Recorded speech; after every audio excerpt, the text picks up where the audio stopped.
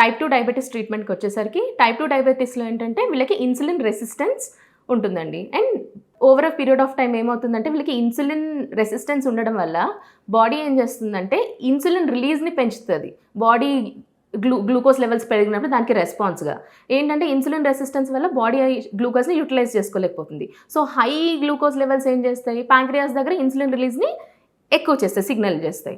So దీనివల్ల ఏమవుతుందంటే pancreatic cell మీద ఈ లోడ్ అనేది పెరిగి ఇన్సులిన్ రిలీజ్ అనేది పెంచడానికి ప్యాంక్రియాటిక్ సెల్స్ ఎక్కువ పనిచేసి కొన్ని రోజులకి ఏమవుతుందంటే బీటా సెల్ నెంబర్ కూడా తగ్గిపోతుంది.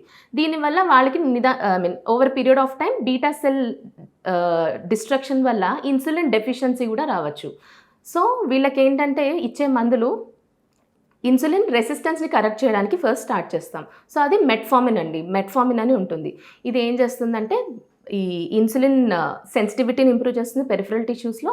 దాంతోపాటు హెపాటిక్ గ్లూకోజ్ అవుట్పుట్ అంటాం. సో లివర్లో గ్లూకోజ్ సింథసిస్ని తగ్గిస్తుంది. సో వీటి వల్ల ఏంటంటే షుగర్ అనేది మనకి కంట్రోల్లోకి వస్తుంది.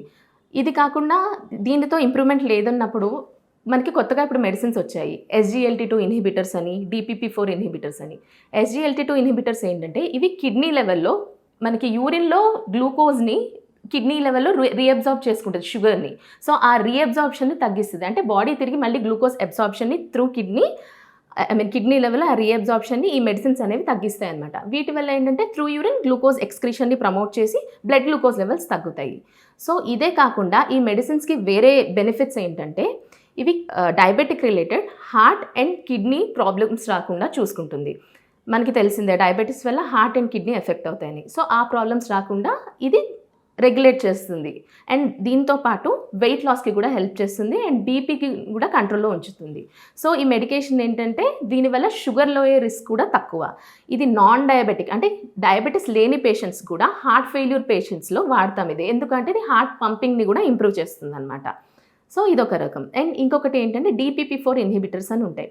DPP4 ఇన్హిబిటర్స్లో సిటాగ్లిప్టిన్, విల్డాగ్లిప్టిన్ అనే మందులు ఉంటాయి. ఈ గ్లిప్టిన్స్ అంటాం వాటిని. అవి ఏంటంటే మనం తీసుకున్న ఆహారంలో ఉన్న గ్లూకోజ్ బట్టి ఈ ఇంక్రిటిన్స్ అని రిలీజ్ అవుతాయి మన ఇంటెస్టైన్లో. ఈ ఇంక్రిటిన్స్ ఏం చేస్తాయంటే ప్యాంక్రియాస్ దగ్గరికి వెళ్ళి ఇన్సులిన్ రిలీజ్ని ఇంక్రీజ్ చేస్తాయి. సో ఇంక్రిటిన్స్ని DPP4 అనే ఎంజైమ్ డిస్ట్రాయ్ చేస్తుంది అనమాట. సో DPP4 ఇన్హిబిటర్స్ ఏంటంటే ఈ ఇంక్రిటిన్ డిస్ట్రక్షన్ని ఆపేస్తాయి. సో ఈ మందులో ఇంక్రిటిన్ డిస్ట్రక్షన్ని ఆపేయడం వల్ల ఇంక్రిటిన్స్ వెళ్ళి ప్యాంక్రియాస్ దగ్గర ఇన్సులిన్ రిలీజ్ని ఇంక్రీజ్ చేసేటట్టు ప్రమోట్ చేస్తాయి. సో ఈ గ్లిప్టిన్స్కి కూడా ఏంటంటే షుగర్ లోయర్ రిస్క్ అనేది తక్కువ ఉంటుందండి. ఎందుకంటే అది గ్లూకోజ్ డిపెండెంట్, అంటే మనం తీసుకున్న ఆహారంలోని గ్లూకోజ్ బట్టి ఇన్సులిన్ రిలీజ్ని ప్రమోట్ చేస్తాయి కాబట్టి.